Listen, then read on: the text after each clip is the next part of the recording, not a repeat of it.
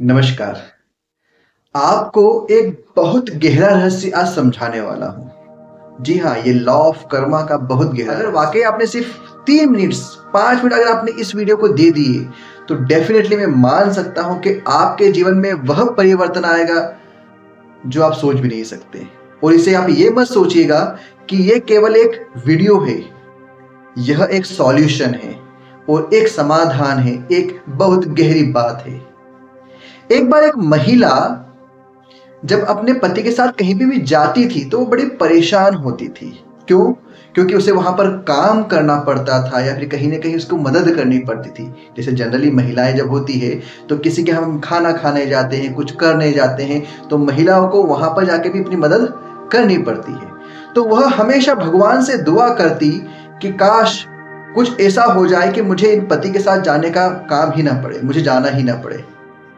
अब क्या हुआ, जब उसने दिल से प्रार्थना करी तो ऊपर वाले ने प्रार्थना सुन ली, या फिर कहा जाए तो उसके जो सबकॉन्शियस माइंड या उसके जो माइंड ने उसको जो मैसेजेस दिया, उस माइंड ने उसकी बॉडी को सुन लिया और उसकी बॉडी के जो नीचे वाला हिस्सा था, मतलब जो पांव वाला है, उसमें आ गया उसको पैरालिसिस, लकवा। जी हाँ, अब वह लकवे के अंदर घर में ही बैठी हुई है। अब ना वह कहीं जा सकती है, घूम सकती है, फिर सकती है, ना ही कुछ वो कर सकती है। पता दोस्तों इससे क्या हुआ? आप समझ सकते हैं। उसने केवल कुछ चुनिंदा कामों को करने के लिए अपने आप को नष्ट कर लिया, खत्म कर लिया, एक अपंग के रूप में, एक बीमार के रूप में घर में बंद कर लिया। तो उसने मन से दुआ कैसे करी कि मुझे कहीं जाना ना पड़े। लेकिन दोस्तों, मैं आपको आज एक बात समझाना चाह रहा हूं कि आप अगर समझेंगे कि ये जीवन जो मनुष्य को मिला है वह किस लिए मिला है, जरा सोच के देखिए। ये आंखें कुछ अच्छा देखने पढ़ने के लिए दिए, कान अच्छा सुनने के लिए दिए हैं, ये हाथ किस लिए दिए हैं, काम करने के लिए, पांव किस लिए दिए हैं, चलने के लिए, दौड़ने के लिए, मस्ती करने के लिए, घूमने के लिए, फिरने के लिए। और हम लोग इसे न काम करने के लिए आज के समय में क्या कर रहे हैं, अपने आप को ट्रेन कर रहे हैं। आज के युवाओं की, आज के लोगों की, आज की महिलाओं की, या हर व्यक्ति की बात मैं कह दूं कि वह यह सोचता कि मुझे काम कैसे ना करना पड़े, चाहे वह ऑफिस में हो, दफ्तर में हो, घर में हो, हर व्यक्ति बस ये चाह रहा है कि मुझे कम से कम काम करना पड़े।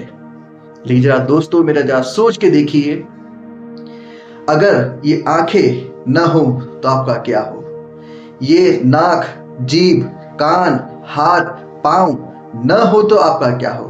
ऐसे हजारों लोग हैं, हजारों बुजुर्ग आपके घर में होंगे, आपके आसपास होंगे, या ऐसे अपंग लोग होंगे जो घर में बैठे हैं, जो सोचते हैं कि काश हमें काम का मौका मिल जाए। दोस्तों, काम से इंसान कभी कोई कमजोर नहीं होता।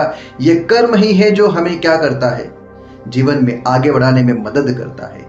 तो इसलिए आपको जहां पर भी, जब भी कोई काम करने का मौका मिले, तो उस ऊपर वाले का धन्यवाद करो कि मुझे किसी की मदद करने का मौका मिला, मुझे अपने हाथ पांव, अपनी आंखों, अपने कानों, अपने मुंह का इस्तेमाल करने के लिए मिला, अच्छा काम करने के लिए मिला है।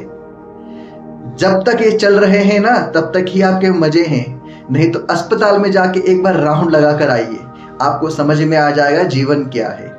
तो दोस्तों, आपसे एक ही निवेदन है कि आप हाथ पांव का इस्तेमाल अच्छे से कीजिए, मुंह का इस्तेमाल अच्छे से कीजिए, अपनी आंखों का इस्तेमाल अच्छे से कीजिए। नहीं तो जब ये काम नहीं करेंगे, जब आपको समझ में आएगा, जब आपको याद आएगी मेरी बात कि वाकई आपने सही कहा था। तो प्लीज जितना काम हो सके काम कीजिए, क्योंकि हमें इस कुदरत ने यहां पर पहुंचाया ही क्यों है, इस प्रकृति ने हमें यहां भेजा ही क्यों है। जी हाँ, दोनों चीज, काम करना और इन्हीं कामों से, इन्हीं चीजों से हमें मजे भी करना है। तो जब ये सही साथ रहेंगे तो ही आप मजे कर पाएंगे, तभी आप कुछ कर पाएंगे।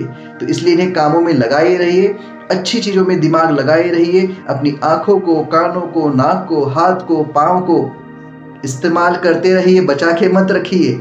नहीं तो अस्पताल, या फिर आप समझ सकते हैं कहां कहां आपको जाना पड़ेगा और कितनी परेशानी झेलनी पड़ेगी। तो इसलिए हर चीज का धन्यवाद दीजिए कि मुझे काम का मौका मिला है। आप कहीं पर भी जाए तो आगे रहकर काम कीजिए, काम से जी न चुराइए, आपका भला होगा। धन्यवाद।